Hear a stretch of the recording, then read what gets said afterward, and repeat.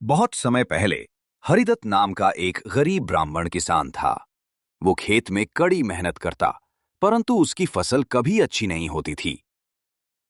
एक दिन थका हारा वो खेत के बीच बने एक पेड़ के नीचे आराम कर रहा था। तभी उसने देखा कि पास की बिल से एक बड़ा फन वाला सांप बाहर निकला। अरे, ये तो बहुत बड़ा सांप है। शायद यही खेत का रक्षक देवता होगा। मैंने कभी पूजा नहीं की, तभी तो खेत बंजर है। रुह, हे खेत के रक्षक देवता, मुझे पता ही नहीं था कि आप यहाँ रहते हो। मेरी गलती क्षमा करें। ये दूध स्वीकार कीजिए। अगले दिन जब हरिदत्त खेत पहुंचा तो उसने देखा कि दूध की बर्तन में एक सोने का सिक्का रखा हुआ है। ये रोज का क्रम बन गया।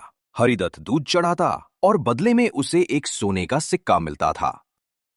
कुछ समय ऐसे ही चला। एक दिन वो अपने बेटे को बुलाया। पिताजी, आपने मुझे बुलाए? हाँ बेटा, मुझे काल गांव जाना है। तू सांप को रोज दूध चढ़ाना। जी पिताजी, आप निश्चिंत होकर जाइए। मैं नाग देवता को रोज दूध दूंगा। बेटा दूध चढ़ाता है और घर चला जाता है। अगले दिन उसे भी सोने का सिक्का मिलता है।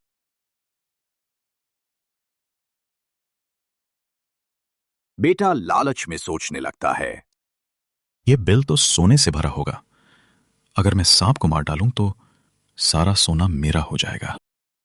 दूसरे दिन बेटा दूध और डंडा लेकर आता है। दूध रखकर सांप पर डंडा चलाता है। सांप डंडे से बच जाता है और गुस्से में डस लेता है। बेटा तड़प कर गिर जाता है और मर जाता है। बेटे की गुजर जाने के 2 दिन के बाद फिर से ब्राह्मण खेत आता है। हे रक्षक देवता, मेरे बेटे ने भूल की थी, उसे क्षमा करें। कृपया दूध स्वीकार करें। ब्राह्मण, अब हमारी मित्रता असंभव है। तुम्हारे बेटे ने युवावस्था की मूर्खता में मुझ पर प्रहार किया और मैंने क्रोध में उसे डस लिया। क्या मैं उस चोट को भूल सकता हूं? और क्या तुम अपने बेटे की मृत्यु का दुख भूल सकते हो? बेहतर है कि अब हम अलग अलग रहें। उस दिन के बाद सांप बिल में लौट जाता है और फिर कभी नहीं निकलता।